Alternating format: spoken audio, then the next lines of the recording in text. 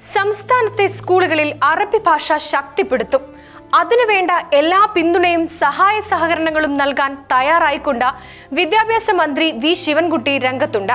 അതിന്റെ ഭാഗമായാണ് അറബിക് മുൻഷീസ് അസോസിയേഷന്റെ നേതൃത്വത്തിൽ നടക്കുന്ന അറബി ഭാഷാ പ്രചരണ ക്യാമ്പയിന്റെ സംസ്ഥാനതല ഉദ്ഘാടനം മന്ത്രി ശിവൻകുട്ടി നിർവഹിച്ചത്.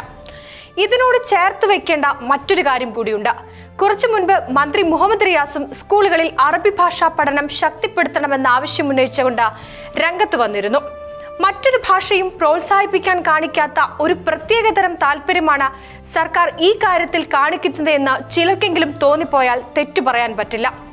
അല്ലെങ്കിലും സ്കൂൾ സമയമാറ്റത്തിൽ തുടങ്ങി പാഠ്യപദ്ധതിയിൽ മാറ്റം വരുത്താനെടുത്ത തീരുമാനങ്ങൾ ഉൾപ്പെടെ സമസ്തയൊന്ന് കണ്ണുരുട്ടിയപ്പോൾ പിൻവലിച്ച സർക്കാരാണ് ഇവിടെയുള്ളത്. അറബിയും അതിനോടൊപ്പം തന്നെ സംസ്കൃതം ഉൾപ്പെടെ മറ്റു ഭാഷകളും പ്രോത്സാഹിപ്പിക്കേണ്ടതാണ്. സംസ്കൃതം പ്രോത്സാഹിപ്പിച്ചാൽ വോട്ട് കിട്ടില്ലല്ലോ എന്ന ചിലരുടെ കമന്റുകൾ ഇവിടെ പറയാതിരിക്കാൻ കഴിയില്ല. ലോകത്തെ അതിപുരാതന ഭാഷകളിലൊന്നായ സംസ്കൃതത്തിന് 5000-ലേറെ വർഷത്തെ പഴക്കമുണ്ട്.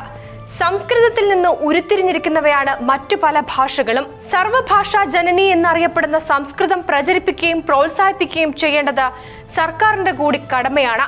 അല്ലാതെ അതൊരു സംസ്കാരത്തോട് ചേർന്ന് നിൽക്കുന്നത് കൊണ്ട് മാറ്റി നിർത്തേണ്ട ആവശ്യമുണ്ടോ?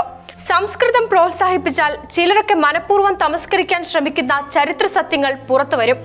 അത് കമ്മ്യൂണിസ്റ്റിന് ഭീഷണിയാകുമെന്ന് ചിലരൊക്കെ പറയുന്നത് സത്യമാണോ എന്ന് തോന്നിപ്പോവുകയാണ്. Seed news, Kozhikode.